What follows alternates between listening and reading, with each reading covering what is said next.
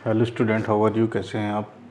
उम्मीद है बहुत अच्छे होंगे। मैं जितेंद्र सिंह, आपकी बायोलॉजी सब्जेक्ट का टीचर, ऑनलाइन क्लासेस के थ्रू जीएस बायोनेरिया के थ्रू आपको क्लासेस प्रोवाइड कर रहा हूं बायोलॉजी की, जो कि अभी इस समय जो इम्पोर्टेंट क्वेश्चन पिकअप किए जा रहे हैं, जो कि वन लाइनर के रूप में मैं आपको दे रहा हूँ।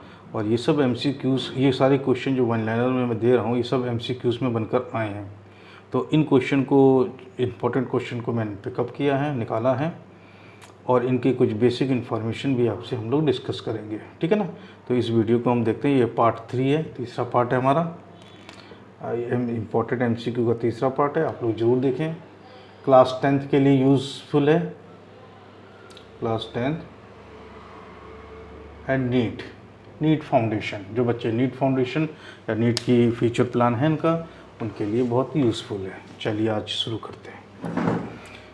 ये क्वेश्चन ही नहीं है, सिंपल। इनको देखें तो आप वन लाइन में पढ़ सकते हैं, लेकिन इनकी कुछ बेसिक इन्फॉर्मेशन हम इसलिए देते हैं ताकि बच्चों का बेस ठीक होता चले। ठीक है, चलिए पहला क्वेश्चन देखते हैं। Number of chromosome in a zygote. Zygote होता क्या चीज़ बेटे? देखिए, जब एक male gamete plus 1 female gamete FM fuse करते हैं, क्या करते हैं? ये मेल गैमीट आपका कुछ स्पर्म जैसा हो सकता है, राइट है, किसी मेल का, और ये ओवा हो सकता है, राइट है। ये दोनों जब फ्यूज़ करते हैं, ये दोनों हैप्लॉइड सेल होती हैं, एन होती हैं, ए भी एन होती हैं। ये फ्यूज़ करते हैं तो एक सेल बनती है जो कि 2n सेल बनती है। क्या बनती है? 2n सेल बनती है, और इसी सेल को जाइगोट बोलते हैं। क्लियर? तो जाइगोट में 2x क्रोमोसोम होंगे। कितने होंगे? डबल होंगे, क्योंकि दो हैप्लॉइड मेल गैमीट और फीमेल गैमीट दोनों हैप्लॉइड है, जब फ्यूज़ करती हैं तो 2n सेल बनती है, इसी को जाइगोट बोलते हैं। और ये डिप्लॉइड होती है, इसीलिए इसको 2x के रूप में लिखते हैं। ठीक है, इतनी बात क्लियर हो गई। चलिए आगे देखते हैं। Budding is a found. Budding एक एसेक्सुअल रिप्रोडक्शन होता है जो हाइड्रा में पाया जाता है। बड क्या होता है? हाइड्रा कुछ लाइक दिस, ऐसा एनिमल्स होता है, और जिसमें बड लाइक यूँ निकला रहता है स्ट्रक्चर, ये ऊपर टेंटिकल्स लगे रहते हैं इधर लाइक दिस, और यहाँ पे भी बड लाइक होता है, यहाँ पे भी छोटे छोटे टेंटिकल्स होते हैं। ये बड होता है, इसकी को बड बोलते हैं। क्लियर? जब ये बड बनता है, बाद में यहाँ से डिटैच हो जाता है पेरेंट बॉडी से, राइट है। तो डिटैच होकर ये अलग हो जाता है और एक सर्वाइव करने लगता है एक इंडिविजुअल की तरह से, राइट। तो इसको बडिंग पाई जाती है हाइड्रा में, ये आप ध्यान रखिए। कैसी होती बडिंग वो मैंने बता दी। फिर इसके बाद हम लोग देखते हैं पॉलन सैक। ये पॉलन सैक क्या होता है? पॉलन सैक यानी कि पॉलन चैम्बर। उसमें क्या भरे रहते हैं? Pollen grain. चलिए इसको देख लेते हैं। सबका बेसिक थोड़ा सा देख लें तो माइंड में क्लियर हो जाता है, तो हमें चीज़ें समझने में आसानी होती हैं और ज़्यादा दिक्कत नहीं होती। देखिए, सिंपल सी चीज़ें देखेंगे बिल्कुल आसानी से। ये हमारा मेल स्टेमन होता है जो इस तरीके से होता है, राइट है। इसमें 4 चैम्बर्स होते हैं। इन चैम्बरों को अगर देखें तो ऐसे बना सकते हैं आप, अगर अलग से देखें, राइट। इन चैम्बरों के ऊपर कुछ एपिथेलमिस, एंडोथीशियम लाइक दिस कवरिंग होती है, राइट है। टेपिटम भी पाई जाएगी इसी के अंदर, इस तरह की लेयरिंग पाई जाती है, राइट। तो इस वाली चैम्बर को हम लोग बोलते हैं पॉलन सैक।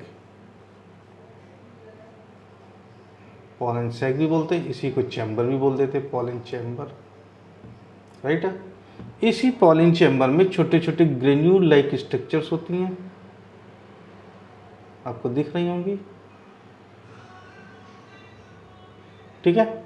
ये ग्रेन्यूल लाइक स्ट्रक्चर ही पॉलन ग्रेन कहलाते हैं, पॉलन ग्रेन। क्लीन, जो स्पर्म की भांति माने जाते हैं, सेक्सुअल रिप्रोडक्शन में, एस रिप्रोडक्शन में पार्ट लेते हैं, पार्टिसिपेट करते हैं, राइट। बात समझ गए? ये होता है। फिर अगला क्वेश्चन देखते हैं। Commonly called the power house. Power house किसे हो कहते हैं? माइटोकॉन्ड्रिया को बेटा। माइटोकॉन्ड्रिया सेल के अंदर पाया जाने वाला एक सेल ऑर्गेनेल्स है, उसी को हम लोग माइटोकॉन्ड्रिया कहते हैं। ठीक है ना, क्लियर? ये ऑक्सीडेशन करता है ग्लूकोज का और वहाँ से एनर्जी बनाता है। क्लियर? चलिए, फिर made up of the protein, made up of only protein, देखो यहाँ दिया हुआ ओनली, सिर्फ प्रोटीन का बना हुआ कण कौन सा है बेटा? इसको प्रियॉन्स बोलते हैं। और ये इन्फेक्टियस प्रोटीन होता है जो इन्फेक्शन फैलाता है, कुछ डिजीजेस स्टार्ट करता है, जैसे कि कुछ 2 डिजीज़ में याद आ रही है। एक होती है मैड काउ डिजीज़ होती है, और पार्किंसन रोग भी करता है। पार्किंसन, इसमें हाथ पैर कांपने लगते हैं ओल्ड एज होने पे, क्योंकि इसमें प्रोटीन के पार्टिकल ब्रेन में डिपॉजिट्स हो जाते हैं और वो इस तरह से न्यूरोलॉजिकल डिसऑर्डर क्रिएट करता है। इसी को पार्किंसन डिजीज़ कहते हैं। क्लियर? छठा क्वेश्चन देख लेते हैं हम लोग। डीएनए में भी प्रेजेंट, डीएनए कहाँ कहाँ होता है? न्यूक्लियस, न्यूक्लियस ऑफ सेल, कोई भी सेल हो उसकी न्यूक्लियस में मिलेगा, या सेल का एक ऑर्गेनेल होता है क्लोरोप्लास्ट, या होता है माइटोकॉन्ड्रिया। 3 जगह पे आपको डीएनए प्राप्त हो सकता है। ठीक है, अगला क्वेश्चन देखते हैं हम लोग। फंक्शन ऑफ टेस्टोस्टेरोन, ये टेस्टोस्टेरोन क्या होता है? मेल हार्मोन होता है। Male hormone, male sex hormone कह सकते हैं। ये किसका? ह्यूमन का। ह्यूमन में देखा जाता है ऐसा, मेल में, राइट है। इसको काम क्या करता है? पहली बात तो प्यूबर्टी के दौरान मेल में जो सेकेंडरी सेक्सुअल कैरेक्टर्स डेवलप होते हैं, जैसे दाढ़ी मुचकाना, वॉइस का भारी होना, फीमेल की तरफ अट्रैक्शन का बढ़ना, ये सब डेवलप करता है। और स्पर्म का प्रोडक्शन कंट्रोल करना, कंट्रोल का मतलब स्पर्म फॉर्मेशन स्टार्ट कर देता है। Development of the bones and muscles, और हड्डियों का मजबूतकरण और मांसपेशियों का मजबूतीकरण करता है। तो ये 3-4 काम हैं जो टेस्टोस्टेरोन के होते हैं, जो ये मेल हार्मोन है टेस्टिस में बनते हैं। कहाँ बनते हैं? टेस्टिस में, राइट है। ये टेस्टिस में फॉर्मेशन होता है इनका। क्लियर बच्चों? चलिए ठीक है भाई, आगे चलते हैं। फिर अकॉर्डिंग टू डार्विन, डार्विन एक साइंटिस्ट है, new species are produced. New species कैसे बनती है? नेचुरल सिलेक्शन की वजह से। किसके? नेचुरल सिलेक्शन एक प्रोसेस होता है जो नेचर में चलता रहता है। नेचुरल सिलेक्शन को ऐसे समझ लो, नेचर में कोई चेंजेस आया है और उस चेंजेस के अकॉर्डिंग कोई भी एनिमल उस क्लाइमेट में है, वो अपने आप को जितनी जल्दी क्लाइमेट के अकॉर्डिंग ढाल लेगा तो वो सर्वाइव कर जाएगा। अर्थात उसका ढल जाना ही नेचर सिलेक्शन कहलाता है। The study of fossils, fossil का अध्ययन को क्या बोलते हैं? पैलिएंटोलॉजी। ये छोटा सा वर्ड, जो जीवाश्म होते हैं, दब जाते हैं बहुत करोड़ों साल पहले, उनको खोदना, उनका अध्ययन करना ही पैलिएंटोलॉजी कहलाता है। Clear? Regulating of the goitre, goitre क्या होता है? घेंगा की बीमारी, जो गला होता है ये सूज जाता है, carried out thyroxine hormone, right. और गाइटर कब होता है? आयोडीन की कमी से, राइट। आयोडीन की कमी होती है, इसी से थायरॉक्सिन हार्मोन नहीं निकलता और यानी कि थायराइड ग्लैंड स्वेल कर जाती है, इसी को बोलते हैं थायरॉक्सिन गाइटर। तो यहाँ तक देखा, अब आगे कुछ और क्वेश्चन हैं उनको भी हम लोग पिकअप करते हैं एक एक करके, तब तक आप इसको कॉपी पे नोट करें। हेलो स्टूडेंट, आगे क्वेश्चन देखते हैं। क्वेश्चन नंबर 11-12 देखते हैं। देखिए क्वेश्चन 11 है सेक्स हार्मोन। ये क्वेश्चन 11 है सेक्स हार्मोन इन, अगर मेन में देखें तो एक्स और वाई होता है, यही सेक्स, और वुमेन में एक्स। ये सेक्स हार्मोन सेक्स क्रोमोसोम्स होते हैं और यही दोनों आपस में जब फ्यूज़ करते हैं तो फर्टिलाइजेशन कहलाएगा। और इसी फर्टिलाइजेशन के दौरान एक चीज़ और होती है, sex determination, right. Sex determination, ये सेक्स डिटर्मिनेशन क्या होता है आप लोगों को पता होना चाहिए। जिस समय जाइगोट यानी कि यहाँ से 2n स्ट्रक्चर बन जाएगी, 2n यानी कि 2x बोल सकते हैं, जाइगोट बन जाता है, ये जाइगोट बन जाएगा। और जाइगोट के बनते ही ये भी डिसाइड हो जाएगा कि बनने वाला बच्चा मेल होगा या फिर फीमेल होगा। अगर दोनों XX क्रोमोसोम आ जाते हैं उसके जाइगोट में तो फीमेल, अगर एक एक्स और एक वाई आ जाता है तो मेल बच्चा बनेगा। इसी को सेक्स डिटर्मिनेशन कहते हैं। और ये एक्स वाई और एक्स एक्स क्रोमोसोम के फ्यूज़न पैटर्न पर आधारित होता है, कैसे फ्यूज़ करते हैं आपस में, राइट। दूसरा क्वेश्चन है, ब्रेन इज़ रिस्पॉन्सिबल फॉर। देखिए रिस्पॉन्सिबल तो बहुत से कामों के लिए हुआ है, जो आपके जो MCQs में रखे गए हैं 3 पॉइंट रखे गए, जैसे थिंकिंग ये करता है ब्रेन, हार्ट बीट को कंट्रोल करता है, ठीक है, मेडुला ऑब्लिंगेटा, ठीक है ना, और बॉडी को बैलेंस यानी सेरिबेलम, सेरिबेलम ब्रेन का भाग होता है, सेरिबेलम ये भाग बॉडी के बैलेंस को बनाता है, राइट। तो ये तीनों काम मुख्य रूप से करता है। अगर ये तीनों ऑप्शन में कहीं मिलते हैं तो आप ऑल लगा देंगे, राइट। फिर होता है environmental friendly practice. Environmental friendly का मतलब आजकल इन्वायरमेंट को बचाने की बात की जाएगी, तो कुछ ऐसे काम हैं जो इन्वायरमेंटल फ्रेंडली हो सकते हैं। ज़रूरी नहीं यही 3 ऑप्शन ही रखे जाएं, कुछ भी हो सकते हैं, लेकिन इन 3 ऑप्शनों को भी लिया गया है तो देख लेते हैं। जैसे कैरिंग द एक मिनट, कैरिंग द क्लॉथ, कपड़े का बैग ले जाइए। कहाँ? जब आप शॉपिंग कर रहे हो, ताकि आप जब क्लॉथ ले जाएंगे, क्लॉथ बैग ले जाएंगे, तो आप पॉलीथीन्स की डिमांड नहीं करेंगे शॉप पे, और जिससे पॉलीथीन का यूज़ रिड्यूस हो जाएगा। और पॉलीथीन बहुत ही पॉइजनस है, हैजर्डस है इकोसिस्टम के लिए, हमारे क्लाइमेट के लिए, ठीक है ना। दूसरी चीज़ क्या कर सकते हैं इको फ्रेंडली में, switching off fan and lights. जो भी फैन और लाइट अननेसेसरी चल रहे हैं, रनिंग अननेसेसरी, जिनकी रिक्वायरमेंट आपके घर में नहीं है, कोई रूम में नहीं बैठा है तब भी लाइट चल रहा है, फैन चल रहा है, इसको स्विच ऑफ करें, इससे एनर्जी सेव होगी, ये भी इको फ्रेंडली बनेगा। वॉकिंग स्कूल, अब हालांकि स्कूल किसी का, आप अन्य छोटी डिस्टेंस को कवर आप वॉक के द्वारा भी कर सकते हैं, on foot instead going the vehicle. Vehicle कैसे? क्योंकि व्हीकल यूज़ करेंगे पॉल्यूशन क्रिएट होगा, तो अवॉइड द पॉल्यूशन, तो आप इन चीज़ों को यूज़ करते हो। ये सारी तीनों पॉइंट आपके इको फ्रेंडली मतलब इन्वायरमेंटल फ्रेंडली हो जाते हैं, ठीक है ना। चलिए आगे कुछ देखते हैं बातें, इसको थोड़ा क्लीन कर देते हैं, स्पेस हो जाए, ये आप उतार लेंगे वीडियो बैक करके थोड़ा सा, ठीक है। फिर अगला पॉइंट आता है इनर लंग्स, ये देखिए inner lungs CO2 rich, CO2 rich blood is comes from the right ventricle, ठीक है ना। तो राइट वेंट्रिकल से जाता है, तो कहाँ जाता है? लंग्स में। अगर मैंने एक छोटा सा हार्ट आपको पहले बना के दिखाया था, इसके 4 चैम्बर हैं, राइट। अब यहाँ से लंग्स में कहाँ जाएगा? यहाँ पे राइट वेंट्रिकल, ये पोर्शन वाला राइट होता है, ये वाला लेफ्ट होता है, ये राइट आर्टिकल हो गया, ये भी लेफ्ट आर्टिकल हो गया, ये राइट वेंट्रिकल हो गया, और ये लेफ्ट वेंट्रिकल हो गया।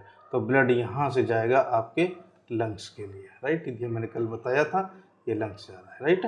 और ये ऑक्सीजनेटेड होता है, यानी कि सॉरी ये CO2 रिच होता है, यानी कि डीऑक्सीजनेटेड ब्लड होता है, ठीक है। कल मैंने एक वीडियो में दिया है, वहाँ पे देख लेंगे आप लोग, ठीक है। लार्जेस्ट ग्लैंड लीवर होती है। लीवर आपको पता होना चाहिए कहाँ पे होती है, मैंने फिगर में इससे पहले भी एक फिगर में बताया है, लेकिन जल्दी से फिर देख लेते हैं। ये हमारा माउथ से आने वाली ईसोफेगस, ईसोफेगस के बाद स्टमक शुरू हो जाता है, स्टमक के आगे फिर आपकी इस तरह से रोटेशन सी शेप ड्यूडेनम बन जाती है, और इसी ड्यूडेनम से आपके पैनक्रियास निकलती है। ये पैनक्रियास लीफ लाइक स्ट्रक्चर है, आप लोगों को पता होना चाहिए। और इसी लीफ स्ट्रक्चर को थोड़ा कट होती है, यहाँ से कट होके आगे की ओर जाएगी, और यहाँ से फिर एक कट होगा, जो इस तरह से आपको कट होके यहाँ एक स्ट्रक्चर इस तरह से बनाता है ट्रायंगली, इसी को L फॉर लीवर बोलते हैं, राइट। और यहाँ पे लगी हुई स्ट्रक्चर को गॉल ब्लैडर बोलते हैं, राइट। ये गॉल ब्लैडर है,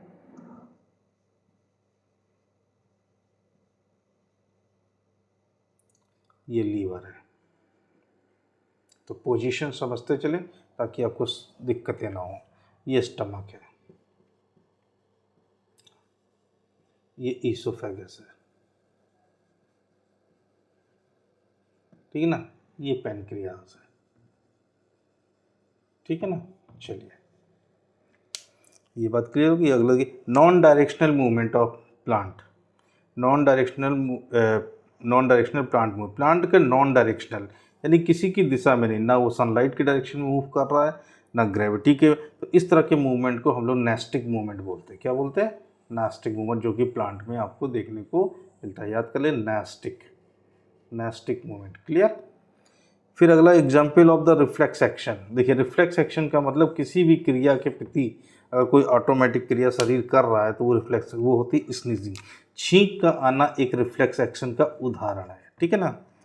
the gap between the two neurons is called. Gap, neurons आपने देखे ही होंगे।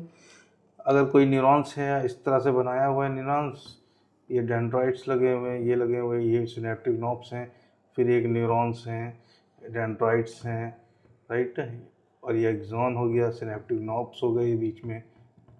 इन दोनों के बीच में जो सिनेप्टिकल नोब बनता है कुछ इस तरह से यूँ करके, राइट, डेंड्राइट्स के बीच में, इसी को सिनेप्टिक बोलते हैं। क्या बोलते हैं? Synaptic, synapse. Clear? Islet of Langerhans found in. देखिए, ये पेनक्रियाज है, इसी के अंदर आइसलेट लैंगरहैंस पाया जाता है। Islet Langerhans. अब ये क्या करता है? ये हार्मोन निकालते हैं। ये 3 हार्मोन निकालते हैं। एक होता है इंसुलिन, ग्लूकागॉन, सोमेटोस्टैटिन। ये निकालते हैं, राइट है। इंसुलिन, और मेनली यही दो कहे जाते हैं, इंसुलिन एंड ग्लूकागॉन, और ये दोनों मिलके ब्लड शुगर लेवल को मेंटेन करते हैं। 20वां क्वेश्चन मैंने इधर दिया बेटा, ध्यान देंगे, यहाँ रखा हुआ है, सुन लें। द यूज ऑफ आयोडाइज्ड, बहुत ऐड में दिखाया जाता है कि आयोडाइज नमक खाएं। आयोडाइज साल्ट लिखा, ये साल्ट है यहाँ पे। Iodise salt is recommended to prevent. ये क्यों रिकमेंड किया जाता है? क्या रोकने के लिए? ग्वाइटर के बारे में भी हम लोग इसी के अगले क्वेश्चन में डिस्कस कर चुके हैं। गले में थायराइड ग्लैंड स्वेल कर जाती है, उसी को हम ग्वाइटर डिजीज बोलते हैं, और इसको प्रिवेंट करने के लिए आयोडीन की ज़रूरत पड़ती है, इसलिए आयोडाइज नमक खाया जाता है। तो आज की क्लास में तकरीबन 20 इम्पॉर्टेंट क्वेश्चन जो आपके MCQs में कहीं ना कहीं बनकर आए हैं, उन्हीं को पिकअप किया तो ये बहुत इंपॉर्टेंट हो जाते हैं। तो इनको आप याद करें, लर्न करें, आप इनमें से आपको क्वेश्चन मिल जाएंगे। ठीक है, थैंक यू। और आप सबसे रिक्वेस्ट है एक बार फिर से चैनल को ज़्यादा से ज़्यादा सब्सक्राइब करें और प्रमोट करें। Thank you.